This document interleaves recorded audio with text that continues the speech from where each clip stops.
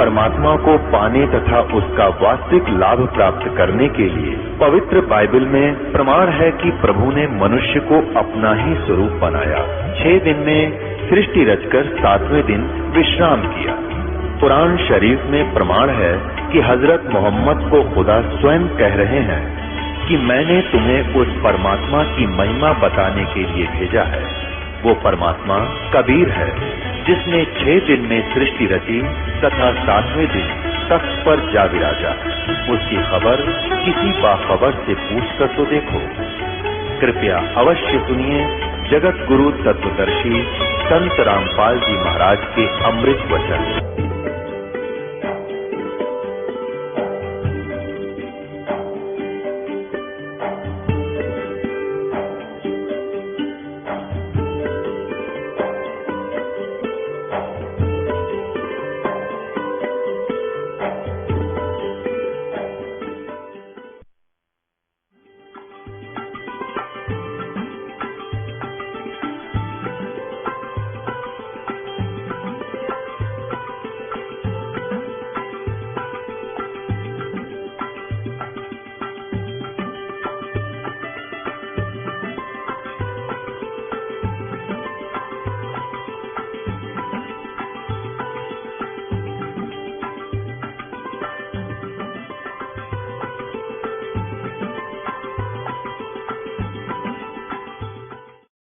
ये व्यास जी के राइटर हैं। संक्षिप्त महाभारत द्वितीय खंड।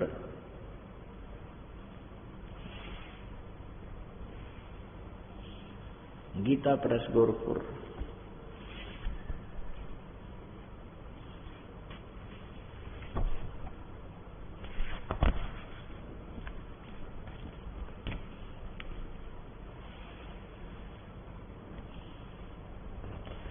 इसके संपादक तथा संशोधक हैं जयदयाल गोविंद का। और ये देखिएगा प्रकाशक एवं मुद्रक गीता प्रेस गोरखपुर, गोविंद भवन कार्यालय कोलकाता का संस्थान। ये इनके फैक्स और फोन नंबर है। इसके 667 पृष्ठ पर ये देखिएगा 667 667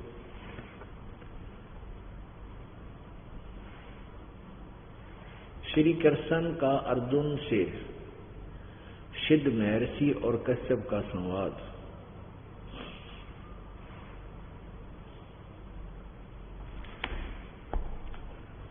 अर्जुन का श्री कृष्ण से गीता का विषय पूछना और श्री कृष्ण द्वारा अर्जुन से सिद्ध महर्षि और कश्यप का संवाद।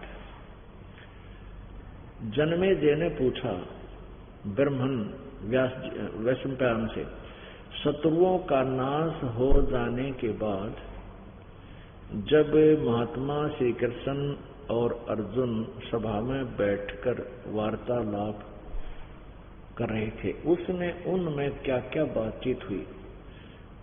वैशंपायन जी ने कहा, राजन, श्री कृष्ण के सहित अर्जुन ने जब अपने राज्य पर पूरा अधिकार प्राप्त कर लिया तो वे दिव्य सभा भवन में आनंद के साथ रहने लगे। एक दिन सर्जनों में घिरे हुए वे दोनों मित्र सब इच्छा से घूमते घूमते महामंडप के ऐसे भाग में पहुंचे जो स्वर्ग से के समान सुंदर था।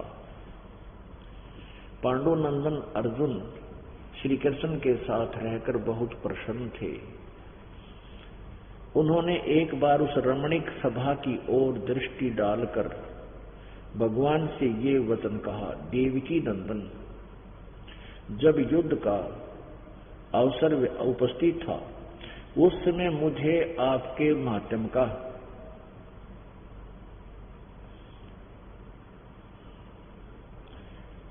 यह चर्चा हो रही है इनकी ज्ञान और ईश्वरीय स्वरूप का दर्शन हुआ था। किंतु केशव, आपने स्नेह वर्ष पहले मुझे ज्ञान का उपदेश दिया था, यानी गीता का जो ज्ञान दिया था, वह सब इस समय बुद्धि के दोष से भूल गया है। उन विषयों को सुनने के लिए बारंबार मेरे मन में उत्कंठा होती है। इधर आप जल्दी ही द्वारका जाने वाले हैं, अतः पुनः वह सब विषय यानी पूरी गीता मुझे सुना दीजिए।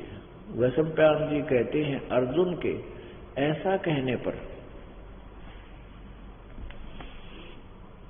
वक्ताओं में श्रेष्ठ महातेजस्वी भगवान श्री कृष्ण जी ने उन्हें गले से लगाकर इस प्रकार उत्तर दिया। श्री कृष्ण बोले, अर्जुन, उस समय मैंने तुम्हें अत्यंत गोपनीय विषय का श्रवण कराया था, अपने स्वरूप भूत और धर्म सनातन पुरुषोत्तम तत्व का परिचय दिया था और नित्य लोकों का भी वर्णन किया था, किंतु तुमने जो अपनी नासमझी के कारण उस उपदेश को याद नहीं रखा, यह जानकर मुझे बड़ा खेद हुआ। उन बातों को अब पूरा स्मरण होना संभव नहीं जान पड़ता। खुद कहता, मैंने तो याद नहीं है। पांडुनंदन, निश्चय ही तुम बड़े श्रद्धाहीन हो, तुम्हारी बुद्धि अच्छी नहीं जान पड़ती है। और स्वयं कहते हैं, मेरे लिए उस उपदेश को ज्यों का त्यों दोहराना कठिन है, क्योंकि उस समय योग युक्त होकर मैंने परमात्म तत्व का वर्णन किया था। अब ये कृष्ण जी नंबर बना रहे हैं कि मैंने योग युक्त होकर वो ज्ञान किया था, तुमने याद क्यों नहीं रखा है? श्री कृष्ण का याद क्यों ना रहा? अर्जुन बड़ा डांट मारे। अब जब युद्ध के समय में योग युक्त हो सके, ईव की बिजली पड़गी हो जाए योग युक्त। अब सुना दे, ये सिर्फ इनके मतलब नंबर बनाया था कि मैंने ही सुनाया था, लेकिन इसने कति बेरा भी कोई नहीं के बोल गया इसके अंदर वो भूतकाल। तो ऐसे जैसे यहाँ बहुत सी बहन बेटियां आती हैं जिनमें प्रेत भाई भी आते हैं, भगत जिनमें ये 3 ताप के अंतर्गत प्रेत प्रवेश होते हैं, और वो प्रेत बोलता रहता है, पता नहीं क्या क्या कहता है। उसके निकल जाने पर जिसमें वो प्रवेश था उसको पता नहीं वो क्या बोला, और बताते हैं तू ऐसे बोला था, तू ऐसे बोला था, तू ऐसे कह रहा था। अपने आत्मा ये सारा काम हो गया, युद्ध हो दिया, कौरव मर गए, पांडव विजयी हो गए, युधिष्ठिर को राजगद्दी पर बैठा दिया गया। कुछ समय के बाद क्या हुआ कि युधिष्ठिर को बड़े भयंकर सौपन आने लगे, जैसे सिर कटे हुए व्यक्ति घर में प्रवेश कर रहे हैं, हाहाकार मची हुई है, ऐसी बुरी विकराल आकृतियां दिखाई देती है। कोई बहनें रो रही हैं, कोई विधवा हो गई हैं, कहीं पर कटे हुई लाश नजर आती है, 100 कटे दिखाई देते हैं। तो इन सब दृश्य को देख करके और युधिष्ठिर बैठ जाता है रात्रि के समय, सारी रात ऐसे आंखें फाड़ फाड़ कर देखता रहता है जैसे भयभीत व्यक्ति देखा करता है। द्रौपदी ने इस अतिथि में जब देखा तो उनसे पूछा, आपको क्या हो गया है? तो युधिष्ठिर जी ने कहा, कुछ नहीं, आप विश्राम करो। 1, 2, 3 दिन जब ऐसी अतिथि देखी, ना खा रहा है, ना पी रहा है, ना किसी से बोलता है, ना राज्य के काम काज में रुचि, तो उसने अन्य पांडवों को बताया कि आपका भाई कई दिन से सो नहीं रहा है, ना कुछ खा रहा है, इसकी स्थिति भी बहुत बिगड़ती जा रही है।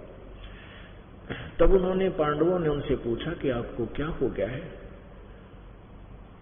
अब युधिष्ठिर ने सोचा कि मैं अपने दुख में इनको दुखी ना करूं तो अच्छा ही है, तो कहा कि कुछ नहीं भैया, कुछ नहीं, ऐसा कोई बात नहीं, मैं ठीक हूं। तो अर्जुन ने पूछा कि भैया आपके दुख में क्या हम दुखी नहीं हो सकते? क्या आप हमें अपना भाई नहीं मानते? तो ऐसी बातें सुनकर युधिष्ठिर ने स्पष्ट बता दिया कि मुझे ऐसी भयंकर आकृतियां दिखाई देती हैं, जैसे विधवा बहनें अपनी चूड़ियां फोड़ रही हैं और मुझे कोस रही हैं कि तुझे क्या मिल गया, हमारे पतियों का खून पीकर आज तू राजा बना बैठा है।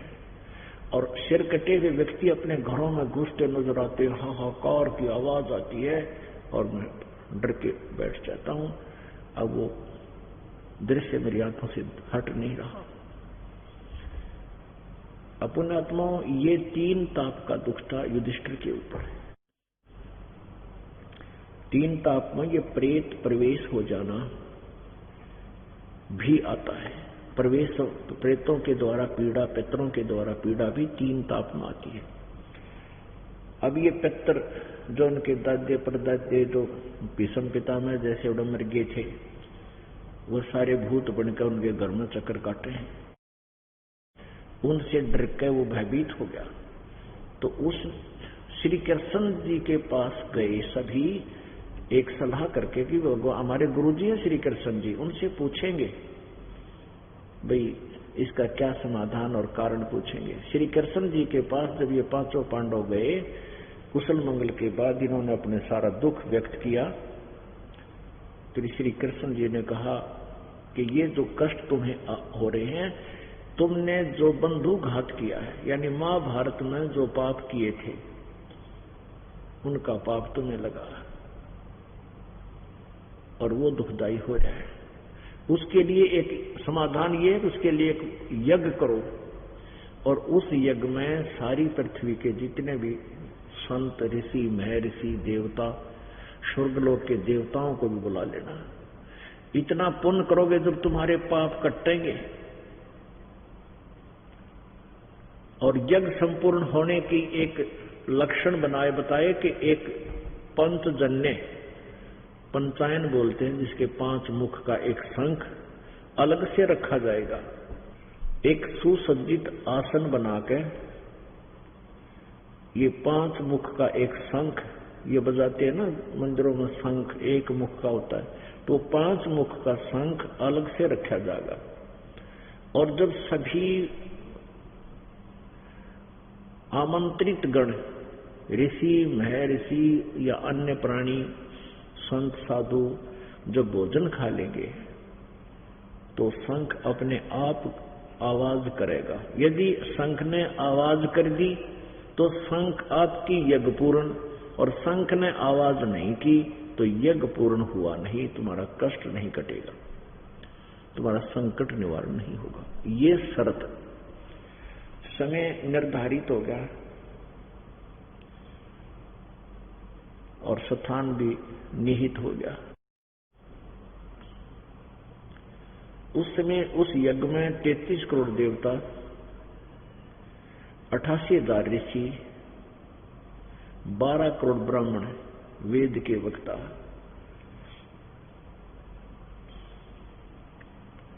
और 9 नाथ 84 सिद्ध, 56 करोड़ यादव और अन्य जीवों का तो गिनती नहीं कितने आए थे। ब्रह्मा, विष्णु, महेश भी वहां गुप्त रूप में विराजमान थे। विष्णु अवतार श्री कृष्ण वहां विद्वान थे ही थे। तो सभी ने भोजन खा लिया, प्रसाद पा लिया, लेकिन शंख नहीं बजा।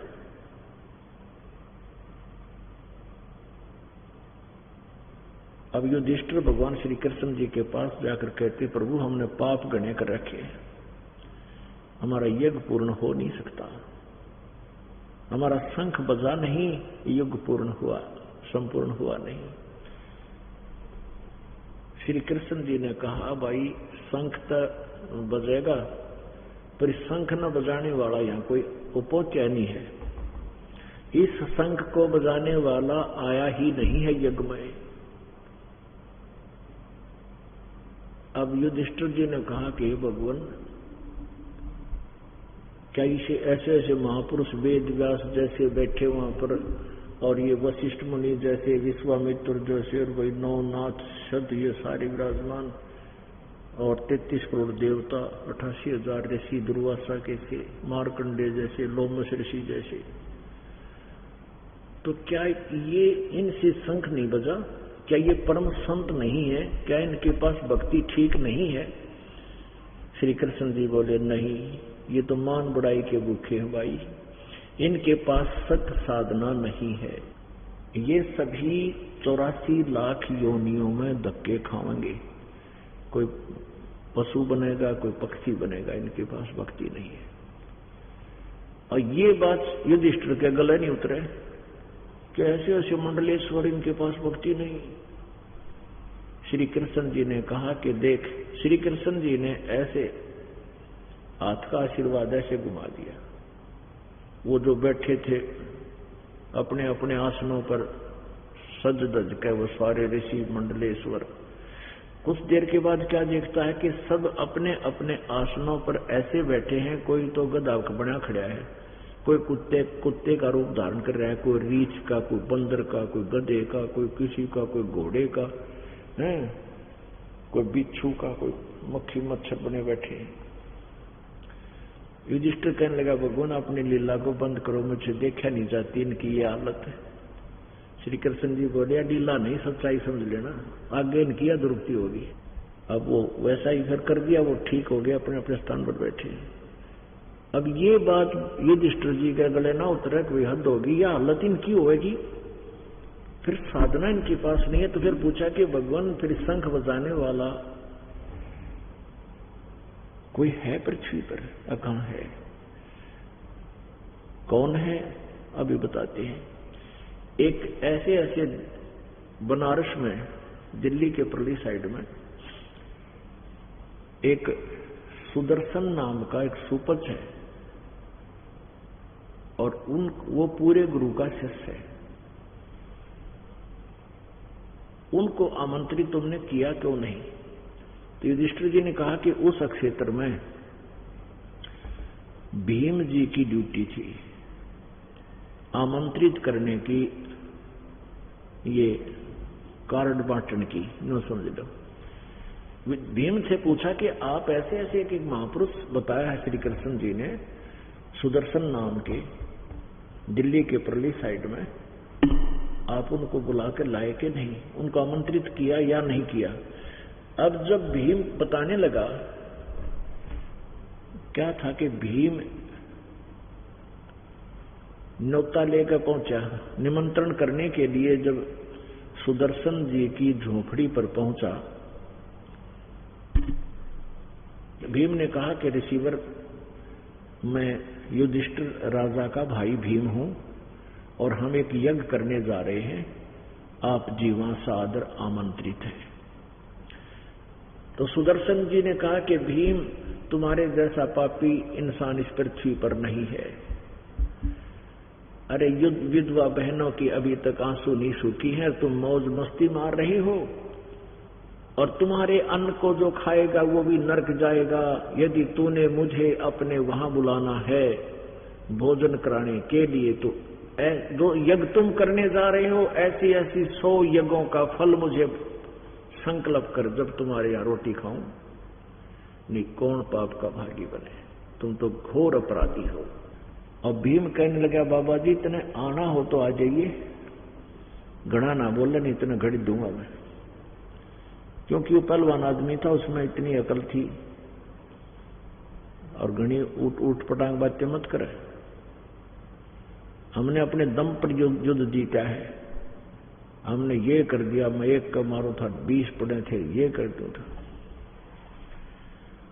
अब सुदर्शन जी कहने लगे कि पहलवान, अभी तू जो स्नान करके आया है जिस तालाब में, उसमें तू छलांग भी लगा ली तूने, तेरे पैर नहीं टिके जमीन पे। पता है वो क्या है? भीम ने पूछा, क्या है बताइए? कि वो कुंभकर्ण की खोपड़ी है। कुंभकर्ण त्रेता युग में रावण का जो भाई था कुंभकर्ण, कहते उसके सिर का ये उपरला हिस्सा, ये ऊपर का कवरसा अलग कटोरी सी निकल जाती है सिर की सभी की। कहते हैं वो जो कुंड में तू नहाया है ना, वो उसकी खोपड़ी थी, ऊपर का हिस्सा। और तेरे बिना टिके तो क्या का पहलवान मान रहे अपने आप को, केवल शादी समझ रहे अपने आप को। अब भीम के पैरा तले की धरती निकलेगी, रतरा को जो कुंभकर्ण का जो ऊपरला हिस्सा इतना है, तो खुद कितने ताकतवर होंगे। फिट्टे मुंह होकर चला गया। पुण्यात्मा, ये कुछ ऐसे पॉइंट हैं जो वर्तमान के इस कलयुग में आप जी के गले नहीं उतर पाएंगे। कि इतना बड़ा सिर हो अगर आदमी का, तो उसका खुद की लेंथ कितनी होगी, कितना ताकतवर होगा। भीम भी कोई बालक नहीं था, नो कहा था 20 हाथियां जितनी ताकत थी भीम में, इतना तगड़ा लंबा था। और उसके भी पैर में टिके, तो वो कितना होगा जिसकी खोपड़ी यानी ऊपर का कवर इतना था। तो ये बातें सच्ची हैं, लेकिन हमारे गले नहीं उतरे पावे। कोई बात नहीं, साधु संत इन घने इन नुक्ता चीनी में नहीं जाते, बाकी थोड़ा सा कंसेप्ट क्लियर करता हूं। हम छोटे छोटे थे जब 10 वर्ष के 8-9 वर्ष के, हमने देखे हमारे गांव में इसे तगड़े तगड़े आदमी थे, वो वृद्ध हो रहे थे उस टाइम, और उनके शरीर तो भी डिल डोल थे नो, तगड़े तगड़े। तो यूं कहा करते थे उनके सामने, और वो भी मानते थे कि ये व्यक्ति 5 मन मिट्टी एक टोकरे में डालकर और सीढ़ियों पर चढ़कर, एक लकड़ी की सीढ़ी, एक तो होती है पेड़ काला जीना और एक होती है सटेर के लकड़ी की, उन लकड़ियां पर सर पे इसकर रखवा देते थे। 5 मन यानी 2 क्विंटल वजन, और ये ऊपर चढ़कर छत पे मिट्टी डालते थे। पहले कच्ची छत होती थी, बड़े बड़े बारजे छापा करते, दरवाजे लंबे लंबे, मिट्टी डाला करते, और 1 किलो दूध को, घी को 1 घूंट में पी जाता है। अपने आत्माओं कोई नोक है आज के दिन में कि एक आदमी 2 क्विंटल, और 100 वर्ष बाद में कोई ये कहेगा कि 5 मन वजन यानी 2 क्विंटल वजन को आदमी उठाया करता था, कद्दे भी ना जच्चा कर, किसी का भी नहीं जच्चा आने वाले समय में। तो ना जच्चा बात अलग है, ना यकीन हो बात अलग है, लेकिन वह सच्चाई है। क्योंकि आज से 100 वर्ष बाद तो मेरे ख्याल में 20 किलो वजन ठानिया पहलवान माना जाया करेगा, ऐसी स्थिति आ जाएगी आपकी।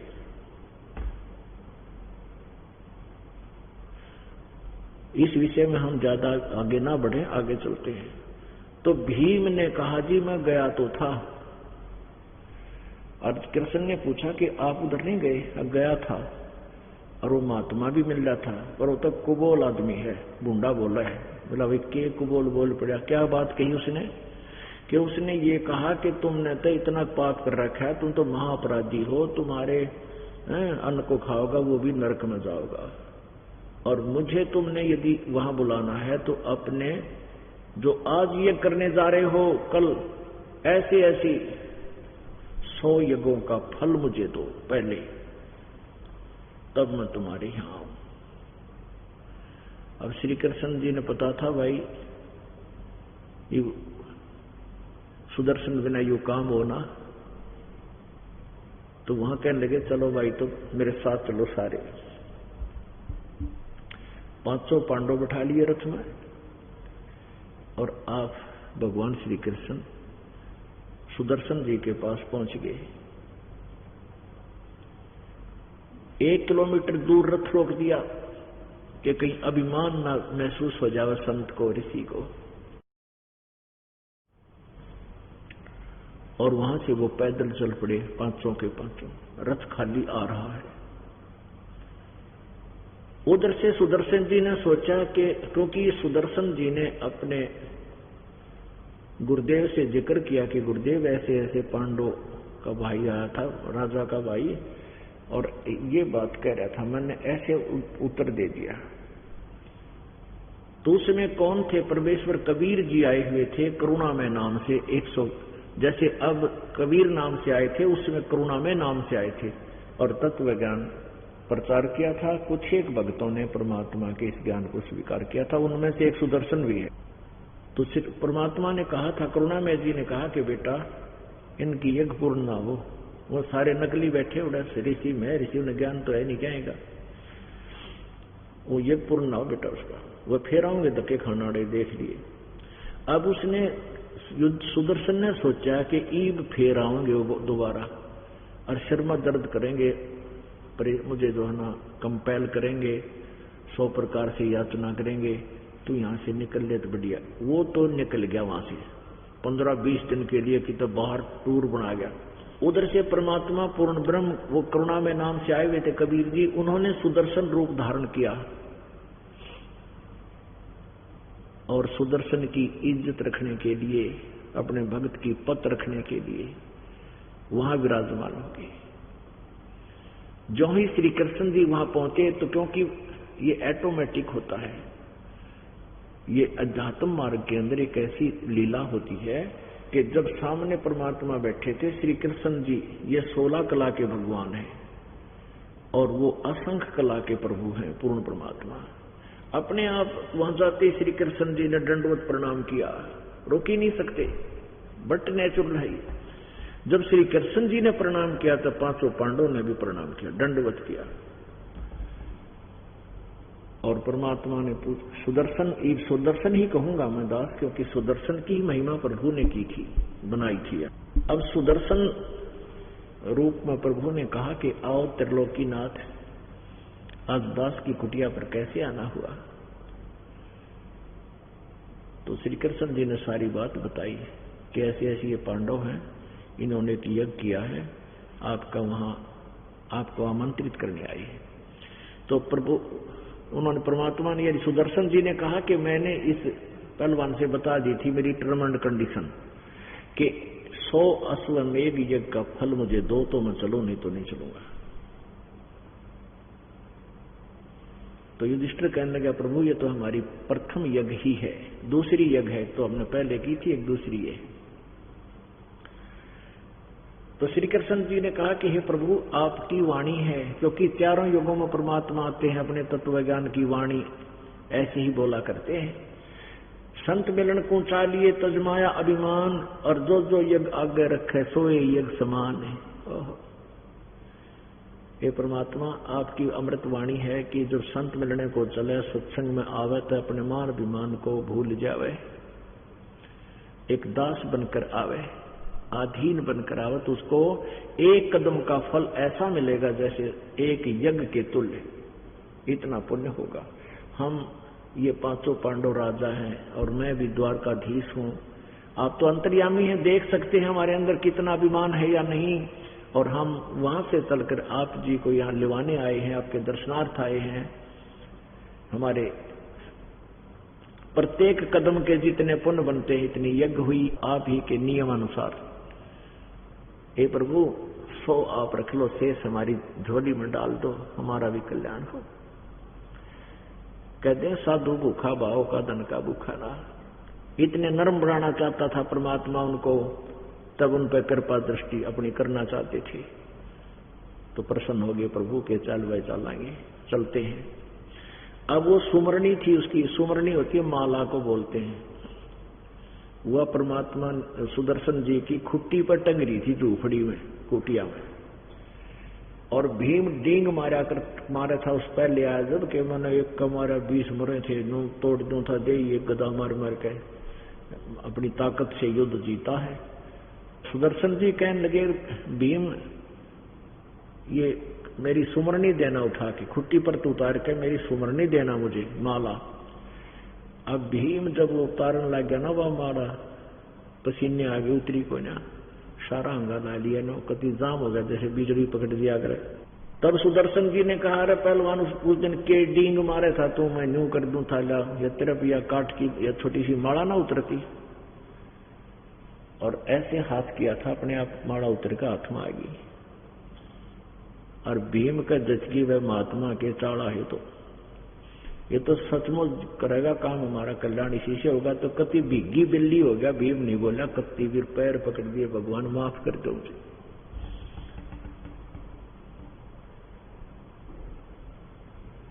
अब रथ में बैठाकर परमात्मा को सुदर्शन जी को ले आए। अब सुदर्शन जी की कैसी वेशभूषा थी, जैसे गांव में व्यक्ति गरीब व्यक्ति रहा करते हैं। अब तो फर्क पड़ गया, पहले बहुत गरीबी स्थिति होती थी, जैसे नंगे पैर, टूटे टूटे जूते या टूटे फटे जूते होते थे, और धोती होती थी गोड्या तक की, बस 1-2 लंगोटी टांग देते पाछे ने। अरे ऐसे मैले कुचले कपड़े, बड़े हुए बाल, और पतोड़ से कुछ दाढ़ी बन रही कुछ ना, ऐसे यानी छोटी छोटी दाढ़ी बाल बड़े हुए। इस वेशभूषा में एक बिल्कुल ग्रामीण व्यक्ति की तरह, यानी साधारण से भक्त के रूप में, व्यक्ति के रूप में वहां सुदर्शन जी प्रवेश हुए उस महामंडलेश्वरों की सभा में। ओहो, अब वो मंडलेश्वर जितने बैठे थे, 33 करोड़ देवता, 88,000 ऋषि, 9 नाथ 84 शब्द, वो अपनी गलती ना मान रहे कि हमारे में कोई भक्ति कोई ना नो के इन पाप घड़ा कर रखा था, इनके शंख कैसे बजे, ये तो पापी है, इतना नाश कर रखा है, इतने दुनिया मार रखी ने। तो वह तो अपने मन के लाडू न्यो फोड़ के वहां बैठे चौधरी पाके। और जब पहुंचे भगवान एक सिंपल वेशभूषा में, और वह बैठे नहाए धोए संगर के तलक पलक लाए, खूब काचे कपड़े पहरे। तो सभी अपने प्रणामों में देकर ऊपर करके हंस रहे अंदर अंदर के, ये लाए पल ये बुझाओगा कि यज्ञ को ये करेगा इनके शंख यज्ञ को पूरा, ये लाए हैं देखो ढूंढ के, इसको भी देख लेते हैं क्या करेगा। अब श्री कृष्ण जी ने द्रौपदी से कहा कि बहन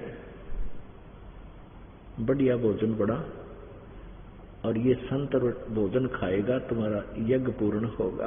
अब बेइज्जती हो रही थी उनकी, तो द्रौपदी ने बहुत प्यार से कई प्रकार की सब्जी, कई प्रकार की कचौड़ी पकौड़ी हलवा पूरी खीर, यानी सब तरह के आइटम नारे नारे बना के अलग अलग कटोरियों में एक बहुत बड़ी थाली में सजा के, और अपने हाथों बढ़ाए लकड़ी से चूल्हा जला के, और सुदर्शन जी के सामने रख दिए। अब द्रौपदी ने सोचा था कि महात्मा घास फूस खानिया तोड़ कर सब्जी खानी आदमी है, और आज ये खाएगा ना मेरे हाथ का बनाया हुआ स्वादिष्ट भोजन, उंगली चाटता रह जाएगा, सब जगह गुण गाएगा द्रौपदी के यहाँ भोजन खाया कहीं नहीं खाया। अब उसने न्यों सोची थी। अब सुदर्शन जी ने क्या किया कि वो सारा कटोरी जितना खाना था उसमें से थोड़ा थोड़ा भोजन सारा का सारा एक थाली में मिला लिया, खिचड़ी बना ली, उसमें रोटी भी तोड़ के घेर ली, पूरी भी घेर ली डाल दी, और खीर भी, हलवा भी, सब्जी भी, दाल भी, कड्डी भी, यानी सारा कुछ मिला लिया और लगे नो नो करने। अब द्रौपदी ने सोचा था कुछ तारियो कर दिया कुछ, उसने सोचा मन में दोष आ गया द्रौपदी का कि कहाँ की शंख बजाओगा, काहे के यज्ञ पूर्ण करेगा, इस शरण फरण में खाना भी ना आता है, सारा अड़ंगा कर दिया सारे भोजन का। मन तो 1 घंटे तक आंख फुड़वाई धूमे में, और इसने कर दिया काम सारा, किसका शंख बजाओगा, मन में दोष आ गया। तो सुदर्शन जी ने एक ग्रास खाया, शंख ने आवाज की, दूसरा फिर खाया, शंख ने आवाज की, 5 बार में वो जितना थाली में भोजन डाला था वो खा लिया, और 5 ही बार शंख बज के बंद हो गया। अब युधिष्ठिर आया श्री कृष्ण जी के पास कि भगवान बन गई बात है, आपकी दया से शंख बज गया। श्री कृष्ण जी कहने लगे भाई शंख ना बजाइयो, इस शंख ने तो बहुत देर तक गूंजते रहना चाहिए, और स्वर्ग तक इसकी आवाज जा, पूरी पृथ्वी पर इसकी आवाज जानी चाहिए थी। अब युधिष्ठिर बोला कि भगवान अब किसको लाएंगे बुला के, आखिर कोई ना बुलाना भाई, अपने घर में दोष है, अपने घर के किसी सदस्य के मन में खोट है, उस दोष को पकड़ते हैं, नहीं तो ये वाल्मीकि नहीं है भाई। उसमें क्या था, सुदर्शन जी जो थे वाल्मीकि जाति में थे, ये वो वाल्मीकि नहीं है जो सतयुग वाले नहीं, उसके बाद तो वाल्मीकि जाति प्रारंभ हो गई थी, ये द्वापर की बात है। तो वाल्मीकि जाति में जन्म था, और सुदर्शन उनका नाम था। सुपच इसलिए कहा करते थे वो, जैसे आजकल शेड्यूल कास्ट कहते हैं, ऐसे सुपच इस तरह बोला जाता था, वैसे वाल्मीकि जाति से था। तो श्री कृष्ण जी कहने लगे तुमने यो के वाल्मीकि दिखाई दे है, इसके एक बाल के बराबर भी 3 लोक नहीं है, बड़ा परम शक्ति का व्यक्ति है, अपने घर में दोष है। द्रौपदी को बुलाया कि द्रौपदी सच्ची बताना बहन, जब इस महापुरुष ने आहार किया तेरे मन में कोई दोष तो नहीं था? कहा महाराज जी घना दोष था मेरे मन में, सारी कथ बता दी। श्री कृष्ण जी ने कहा कि यह तो सच्ची बता दी, ना तेरा ये शंख नहीं होगा और ना तुम्हारा यज्ञ पूर्ण होगा, आजीवन दुखी रहोगे। अमरता के नहीं करता ने बोले जी सचमुच मेरे अंदर दोष आ गया और मैंने इस महापुरुष के बारे में 19-21 घड़ी सोच ली। यहां तक सोच लिया यो काहे का संत जिसने खान का बेरा न पीण का पशु जैसा शरड फ्रड कहां से ले आए इसको। मैंने 2 घंटे तक आंखें फुड़वाई धुएं में और सोचा था अलग अलग स्वादिष्ट भोजन खाकर मेरे गुणगान करेगा, इसने सारा डंगा कर दिया, मेरे अंदर ये दोष आ गया। तो श्री श्री कृष्ण ने कहा कि द्रौपदी संत के बारे में इस तरह की बात सोचना भी घोर पाप होता है। तूने इस संत को भोजन करा के एहसान नहीं किया, इसने एहसान किया तेरे घर पर आने का और तेरे अन्न के खाने का, तेरा कल्याण करने के लिए। ये इसकी मौज है, किसी तरह का आपने बना दिया, आपका तो पूरा ही श्रद्धा आपकी पूरी लाभ मिलेगा और अब आगे महापुरुष की मर्जी किसी तरह खावे, अंदर जाके सारे मिल लेंगे। ये अब संत ये सोचा करता था कि भाई आज तैयो मन नरी नरी पकौड़ी कचौड़ी खा के बकवाद कर लेगा, कल कहां से लाऊंगा इसको, इसलिए उसने सारा इकट्ठा कर दिया कि इसका स्वाद ना बनेगा नालायक का, न तो कल फिर दुखी करेगा कि वे कचौड़ी खावांगे कि तो चाल। श्री कृष्ण जी ने कहा कि द्रौपदी इसके पैर धो के पी ले इस महापुरुष के, जतन कल्याण करवाना, तेरा पाप और बढ़ गया तेरे अंदर। उसी समय द्रौपदी लाई एक प्रात उठाकर पात्र लाई पैर धोने का अपने हाथों, श्री कृष्ण और द्रौपदी ने धोए और वो वापस जल डाल लिया लोटे में। द्रौपदी ने आधा पी लिया। जब श्री कृष्ण जी ने कहा कि बहन मुझे भी आधा दे दे, इसे महापुरुष का चरणामृत कब कब मिला है। आधा श्री कृष्ण ने पिया, आधा पिया द्रौपदी ने, और फिर उस परमात्मा की कृपा से वो शंख आवाज किया, बोलो सतगुरुदेव।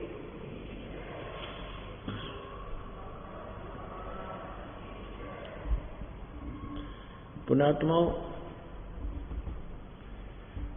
अब ये बातें जो हैं, ये उदाहरण, ये कथाएं पहले हमने सुन रखी थी, लेकिन इनका कोई निष्कर्ष नहीं था हमारे सामने। कभी तक कहा करते भाई श्री कृष्ण का भगत था सुदर्शन, इसलिए शंख बज गया, और श्री कृष्ण ने रोटी खा ली, जब ना बज जाओ श्री कृष्ण के भगत तो बज गया, कोई बात हुई।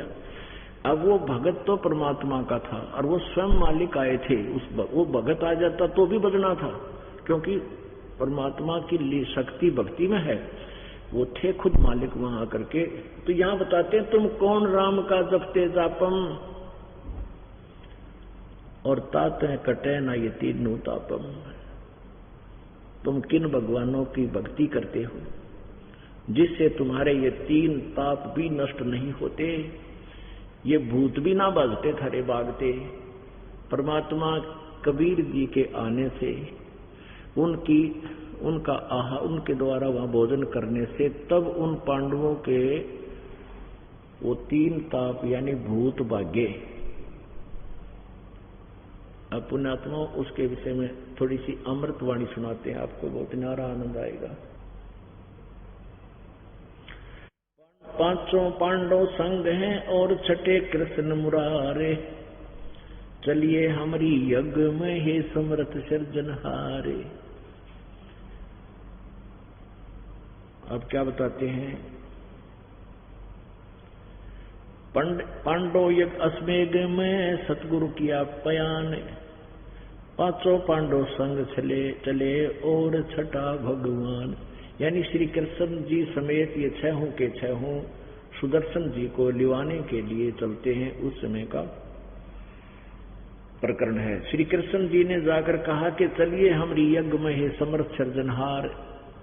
श्री कृष्ण जी कहते हैं कि समर्थ सृजनहार यानी पूर्ण परमात्मा, आप हमारी यज्ञ में चलिए। सुपच रूप धर आइया सतगुरु पुरुष कबीर, 3 लोक की मेदनी सुर नर मुनि जन बीड़। सुपच रूप धर आइया सब देवन का देव, कृष्ण चंद्र पग धोइया करी तास की सेव। 88 ऋषि जहां वा देवा 33 कोटि, शंख न बाजा तास से वो रहे चरण में लोटे। फिर जब वो शंख बजा ना, अखंड बजा, पूरी पृथ्वी पर कण कण की आवाज में सुना, स्वर्ग तक गया। कहते हैं वो सारे ऋषि में ऋषि फिर लागे उड़े नतमस्तक होने के, सबकी घीगी बंद की, इतनी तेज आवाज थी उसकी। 56 भोग संयोग कर कीने पंच गिरा से, सारे भोजन को 56 प्रकार के भोजन दो थे, सबको इकट्ठा करके और 5 गिरास बनाए। 56 भोग संयोग कर, इकट्ठे करके, कीने पंच गिरासे, द्रौपदी के दिल दुई थी, नहीं था दृढ़ विश्वास। स्वर्णर मुनि जन यज्ञ में वो त्रिलोकी के भूप, सुपति यज्ञ में आईया, नित बेचत है सूप। 56 भोग न भोगिया, कीने पंच गिरासे, खड़ी द्रौपदी उन्मनी व घाल रही थी सांस। जब वो भोजन खाने लगा ना, द्रौपदी सांस मारे थी अंदर अंदर है। देख इसने खाना भी ना आता, ठीक क्या करती, अड़ंगा कर दिया, ऐसे बकवाद कर रही थी। बोले कृष्ण महाबली क्यों बाजा नहीं शंख, जान राय जगदीश गुरु ये काढ़ है मन का बंके। अब श्री कृष्ण जी ने सोचा भी इस महापुरुष के भोजन खाने से और शंख क्यों नहीं बजा, तो कहते हैं ये परमात्मा सामने बैठे सुदर्शन रूप में, ये अंतर्यामी है, द्रौपदी का बड़ काढ़ है, इसमें अब बकवाद रह रही है ना, इसने ठीक करें। बोले कृष्ण महाबली क्यों बाजा नहीं शंखे, जान राय जगदीश गुरु ये काढ़त है मन बंके। द्रौपदी के मन का बड़ काढ़ है, बाकापन, यानी इसको अब अभिमान ठीक कर रहे हैं। द्रौपदी दिल को साफ कर, चरण कमल लो लाए, इस बाल्मीक के बाल सम त्रिलोकी नहीं पाए। द्रौपदी से श्री कृष्ण जी ने कहा कि द्रौपदी अपने मन न साफ कर दे, युतन के वाल्मीकि सा एक हरिजन दिखाई दे से, यानी शेड्यूल कास्ट सा तो दिखाई दे रहा है, इसके एक बाल के बराबर भी यहाँ के 3 लोग नहीं है, इतना समर्थ है। चरण कमल को धोए कर ले द्रौपदी प्रसाद, अंतर सीना साप होए तेरे जरे सकल अपराध।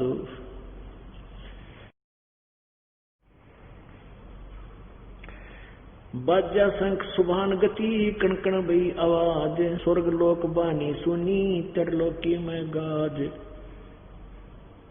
शरण कबीर जो गए टूटे जम के बंद, बंदी छोड़ अनाद है सतगुरु कृपा संद। पांडव यज्ञ अश्वमेघ में आए नजर निहाल, जमराजा की बंद में खलहल परा कमाल।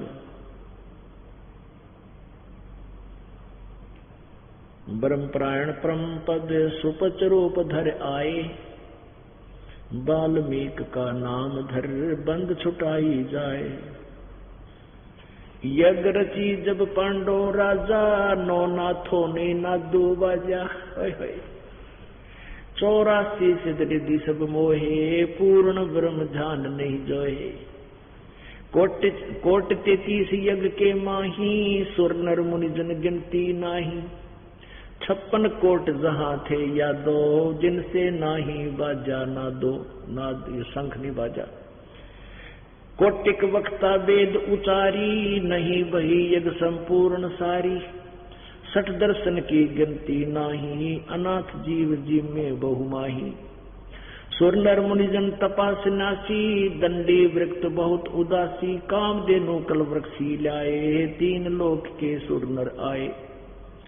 5 पांडव कृष्ण शरीरा, जिनसे यज्ञ वही नहीं थीरा। कहते हैं उस यज्ञ में इतने आए हुए थे, पांडव कृष्ण भी वहां बैठा था, सबने भोजन कर लिया था। और एक बाल्मीक नीचे कुल साधु, जिन शंख पचायन पूरे नादू। ये और गणों माया के पूता, ब्रह्म जोगनी सब ही दूता।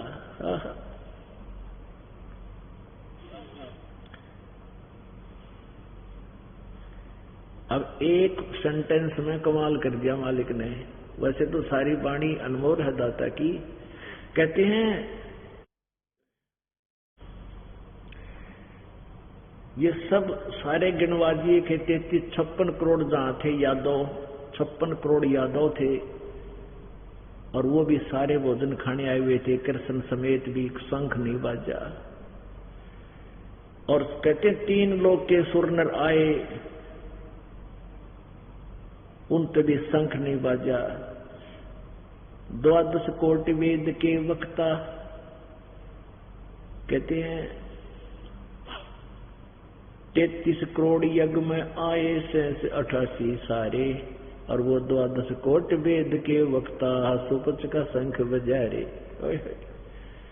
33 करोड़ देवता 88,000 ये सारे आ रहे थे, और 12 करोड़ ये वेद में कंठस्थ भूमि गोटे आंदे थे वेद के वक्ता, इन तभी शंख नहीं बजा ब्राह्मणाते हैं। तो क्या बताते हैं ये और गिनो माया के पूता, ब्रह्म योगिनी सब ही दूता। ये सब माया के पुजारी सिद्धि, देखो ये सिद्धियां प्राप्त करके चौधरी पाक रहे थे, एक दूसरे में सिद्धि दिखा दे। जैसे अगस्त ऋषि ने अपने सारे जीवन में एक सिद्धि प्राप्त कर ली और वो सागर पी लिया, 7 समुद्रों को एक ही घूंट में अगस्त जी ने पी लिया, और सब ने प्रार्थना करी कि सब नाश हो जाएगा, फिर क्या होगा, फिर उसको वापस ही कुरला कर दिया, कहते सारे वर्गे। ये बिल्कुल सही है।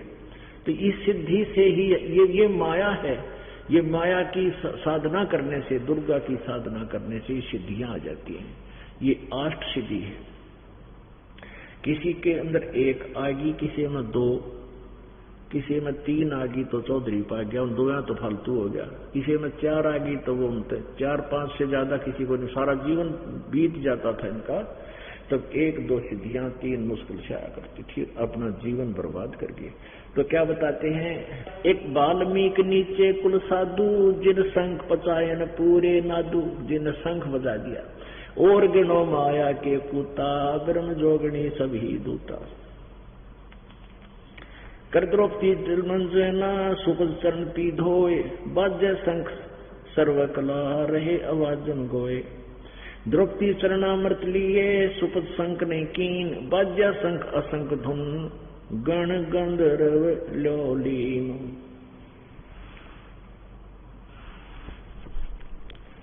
अपनात्मा ये थोड़ा सा कंसेप्ट क्लियर यहाँ करना पड़ेगा कि ये इन किसी भी ना विष्णु जी के पास अर्थात साधना थी, ना श्री इन ब्रह्मा जी के पास, ना शंकर जी के पास, ना कृष्ण जी के पास, और ना ही अन्य देवताओं ऋषि ब्राह्मणों के पास सत साधना नहीं थी।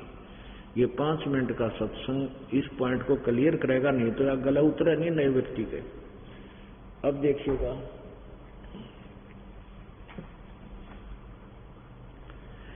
और गणों माया के पूता, दुर्गा की साधना करने वाले कहते माया के पूत हैं। तो इन्होंने तो सिद्धि बान बढ़ाई भी माया होती है, राजपाट भी माया है, और धन संपत्ति भी माया होती है।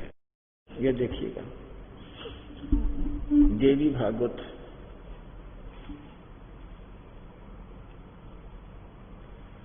पुण्यात्माओं, नए व्यक्ति के लिए ये ज्ञान जब तक हर तरह से सेट नहीं करा जाएगा, ये फिटना हुआ है, तो इसलिए ये बार बार दिखाने पड़ते हैं। अब ये गीता प्रेस गोरखपुर से प्रकाशित है, इसके संपादक हैं हनुमान प्रसाद पोदार चिमनलाल गोस्वामी, श्रीमद देवी भागवत, और गीता प्रेस गोरखपुर से प्रकाशित है। मुद्रक एवं प्रकाशक गीता प्रेस गोरखपुर। अब यहां से सुनाना पड़ेगा, हिंट सा देंगे, ज्यादा नहीं सुनाऊंगा। ये है पहला स्कंध संक्षिप्त देवी भागवत, पृष्ठ 28 पे। नारद जी से व्यास जी पूछ रहा है, जो इन पुराणों का राइटर है। नारद जी ने कहा, महाव्याग व्यास जी, तुम इस विषय में जो मुझ पूछ रहे हो ठीक यही प्रश्न मेरे पिताजी ने भगवान श्री हरि यानी विष्णु जी से किया था। देवादिदेव भगवान जगत के स्वामी हैं। लक्ष्मी जी उनकी सेवा में उपस्थित रहती हैं। दिव्य कौस्तुभमणि उनकी शोभा बढ़ाती रहती। आगे देखें, वे चराचर जगत के आश्रयदाता, जगत गुरु, देवताओं के भी देवता। विष्णु जी के बारे में नारद बोल रहा है। ऐसे जगत प्रभु भगवान श्री हरि महान तप कर रहे थे, उनकी समाधि लगी थी। यह देखकर मेरे पिता ब्रह्मा जी को बड़ा आश्चर्य हुआ, अतः उनसे जानने की इच्छा प्रकट की। ब्रह्मा जी ने पूछा, प्रभु आप देवताओं के अध्यक्ष, जगत के स्वामी, भूत भविष्य एवं वर्तमान सभी जीवों के एकमात्र शासक हैं। भगवान फिर आप क्यों तपस्या कर रहे और किस देवता के आराधना में ध्यान मग्न है? मुझे असीम आश्चर्य ये हो रहा है कि आप देवेश्वर, ब्रह्मा जी विष्णु जी ने सबसे बड़ा भगवान बता रहा है, एवं सारे संसार के शासक होते हुए भी समाधि लगाए बैठे हैं। ब्रह्मा जी के विनीत वचन सुनकर श्री भगवान बोले, श्री हरि उनसे कहने लगे, भगवान ब्रह्मन सावधान होकर सुनो, मैं अपने मन का विचार व्यक्त करता हूँ। देवता दानव मानव सब यही जानते हैं कि तुम सृष्टि करते हो, मैं पालन करता हूँ और शंकर संहार किया करते हैं, किंतु फिर भी वेद के पारगामी पुरुष अपनी युक्ति से सिद्ध करते हैं कि रचने, पालने और संहार करने की ये योग्यता जो हमें मिली है, इसकी अधिष्ठात्री शक्ति देवी है। सुवर्त प्रत्यक्ष और परोक्ष दोनों उदाहरण में तुम्हारे सामने रखता हूं, सुनो। यह निश्चित है कि जिस शक्ति के अधीन होकर मैं प्रलय काल में इस शेषनाग के सिए पर सोता और सृष्टि करने के अवसर आते ही जाग जाता हूं, मैं सदा तप करने में लगा रहता हूं। उस शक्ति के शासन से कभी मुक्त नहीं रह सकता। कभी अवसर मिला तो लक्ष्मी के साथ सुखपूर्वक समय बिताने का सौभाग्य प्राप्त होता है। मैं कभी तो दानों के साथ युद्ध करता हूं। अखिल जगत को भय पहुंचाने वाले दैत्यों के विकराल शरीरों को शांत करना मेरा परम कर्तव्य बन जाता है। यहाँ तोड़ पाड़ दिया। मुझे सब प्रकार से शक्ति के अधीन होकर रहना पड़ता है। उन्हीं भगवती शक्ति का मैं निरंतर ध्यान किया करता हूँ। ब्रह्मा जी, मेरी जानकारी में इन भगवती शक्ति से बढ़कर दूसरा कोई भगवान नहीं, कोई देवता नहीं। यहाँ बिजली पड़ रही थी भाई, अब देख लो। विष्णु जी ने कहा है, मैं दुर्गा तो ऊपर भगवान ने ना मानता, मैंने बेराय को नहीं, और भी भगवान है कोई। अब देवी क्या कहती है 7वें सकंद में, देवी 562 पृष्ठ पे है। ये 7वां सकंद और 562 पृष्ठ पे है।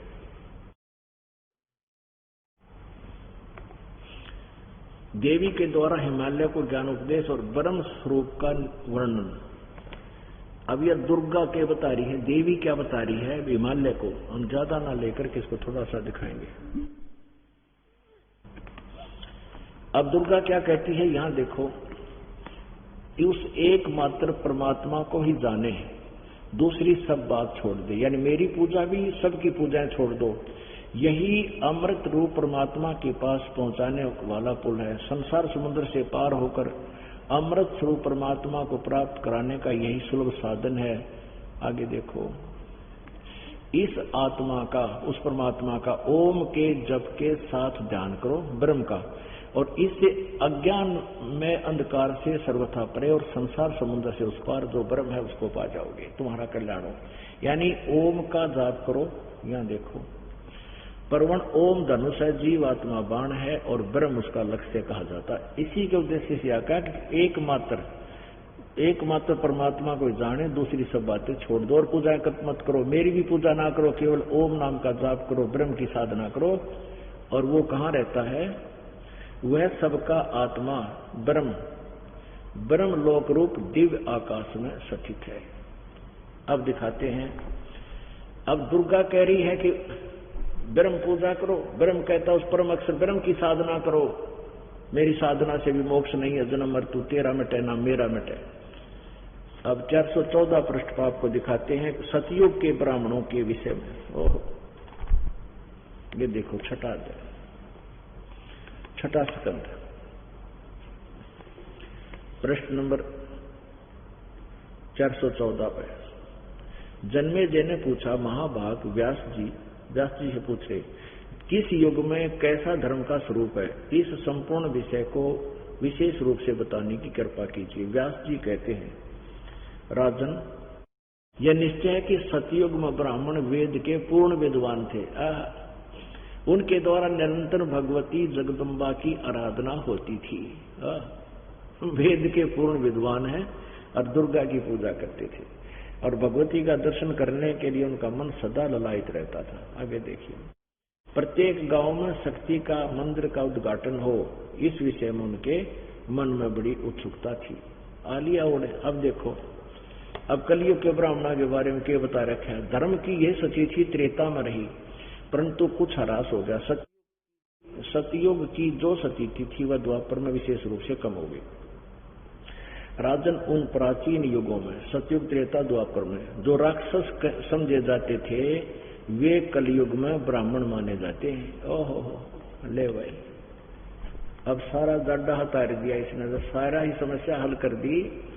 अगर माँ का ज्ञान क्लियर हो गया और विष्णु में सर्वेश्वर का है, विष्णु का है मैं दुर्गा तो ऊपर को जानता है, कोई ना कोई भगवान भी है। दुर्गा कहती ब्रह्म की पूजा करो, ब्रह्म कहता है पूर्ण ब्रह्म की करो। और ये कहते हैं सतयुग के ब्राह्मण वेद के पूरे विद्वान थे और दुर्गा की पूजा करते थे। आदि और इनकी विद्वत। तो यही कारण था कि सुदर्शन जी से शंख क्यों बजा, क्योंकि वो परम अक्षर ब्रह्म की साधना करते थे। बोलो सतगुरुदेव की जय। परम पिता परमात्मा पूर्ण ब्रह्म सारी सृष्टि के रचनहार, सर्वेश्वर महेश्वर सर्वशक्तिमान मृत्युंजय कालज्ञ कबीर देव जी, कबीर साहब, ये पूर्ण परमात्मा है, सर्व सृष्टि के रचनहार हैं। हम सभी प्राणियों के ये कुल मालिक है।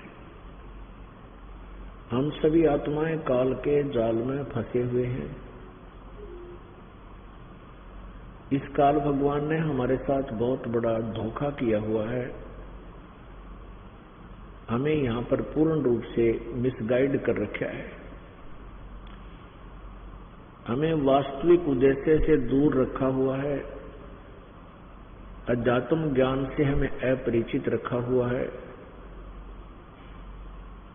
केवल लोक वेद के आधार से हमें ज्ञान सुनाया गया है। ये काल प्रेरित ऋषि और महर्षियों के द्वारा ये काल स्वयं ही अपने तक ज्ञान को प्रचार करवाता है और इतना ही मार्ग हमें देता है कि हम इसके जाल में फंसे रहें, जन्म और मृत्यु के अरहट के कुएं में हम पड़े रहें।